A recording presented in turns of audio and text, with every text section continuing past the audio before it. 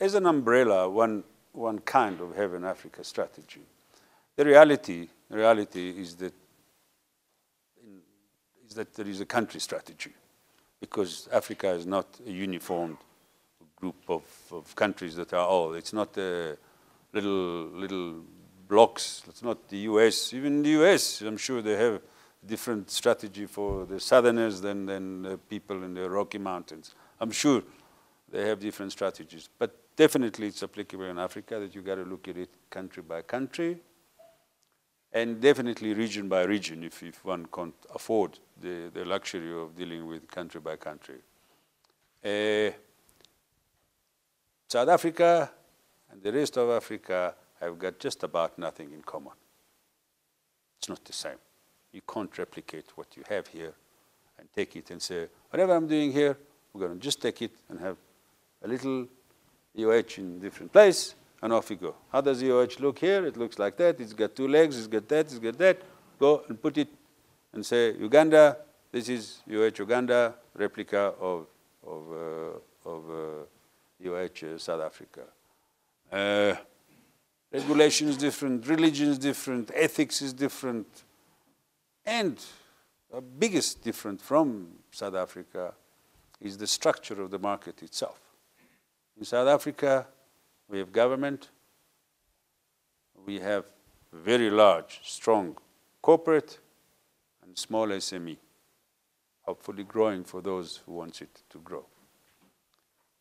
In Africa, and that's reasonably common, the only corporate is the real big multinationals, the Procter & Gamble and Unilever and stuff like that, which is not us. We've got indigenous, good corporate.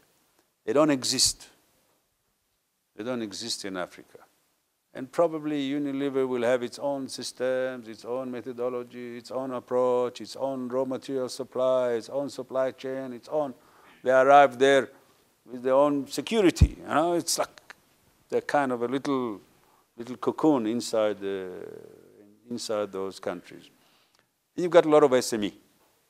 A lot of SME, very much ungoverned. It's part of growth. So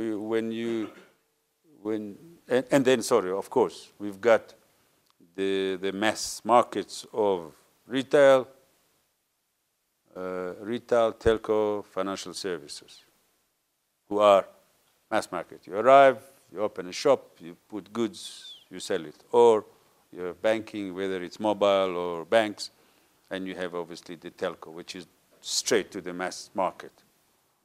And that's the structure of the economy. Manufacturing is only multinationals. It's not big factories like we have here, thousands of them. So you got to adjust your offerings and your strategy and your approach to that. Government is huge. Government in Africa is huge. So whoever goes there must cater for government, because that's where the money. It's got its own money, but a lot of donors' money, which is still quite big in Africa, flows through governments. So you have to be very close to governments.